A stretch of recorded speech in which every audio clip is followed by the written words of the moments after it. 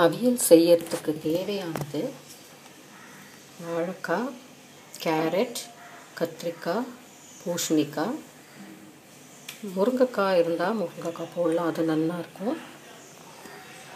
தேங்காய், ஜீரகம், பச்சை மிளகாய், பட்டை மிளகாய், கருவேப்பிலை, கொஞ்சம் புளிச்ச தயிர், தேங்காய் எண்ணெய்.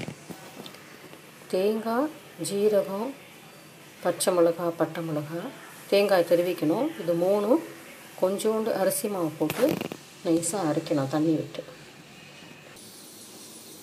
அடுப்பை ஆன் பண்ணினதுக்கப்புறம் கடாயை வச்சு அதில் 1 டம்ளர் தண்ணி விட்டால் போதும்.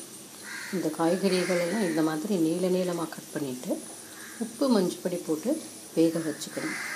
இன்பிட்வீன் அந்த தேங்காய், ஜீரகம், பட்டை மிளகா, பச்சை மிளகா அதெல்லாம் நைஸாக அரைச்சிக்கணும் மிக்சியில்.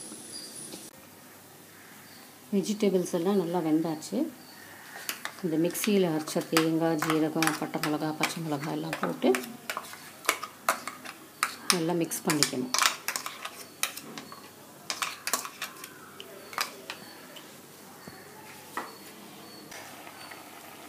தேங்காய், ஜீரகம் போட்டு நல்லா கொதிச்சாச்சு. இந்த டைமில் இது தயிரை விடணும். இதுவும் நல்லா மிக்ஸ் பண்ணினதுக்கப்புறம்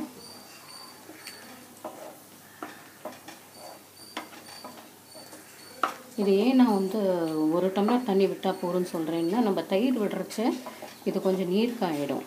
அதனால் கொஞ்சமாக தண்ணி விட்டால் போதும். 1 டம்ளர் விட்டால் போதும் இந்த காய்கறியெல்லாம் வேகிறது. இதுக்கு மேலே தேங்காய் எண்ணெய்,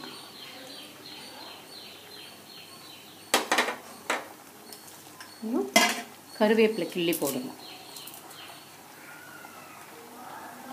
கொஞ்சம் கொதிச்ச உடனே அடுப்பை ஆஃப் பண்ணிடலாம். அவியல் இஸ் ரெடி.